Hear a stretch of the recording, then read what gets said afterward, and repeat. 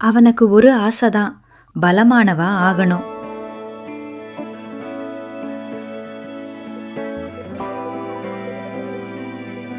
ஆனா ஒவ்வொரு முயற்சியும் அவனை தரையில தள்ளிடுச்சு. பலி இருந்தாலும் அவன் நிக்கல. மீண்டும் முயற்சி, மீண்டும் தோல்வி. ஒரு நாள் அவன் நம்பினான், இன்னும் கஷ்டப்பட்டா நானும் மாறிடுவேன். ஆனா அந்த முயற்சியே அவனை உடைஞ்சிச்சு.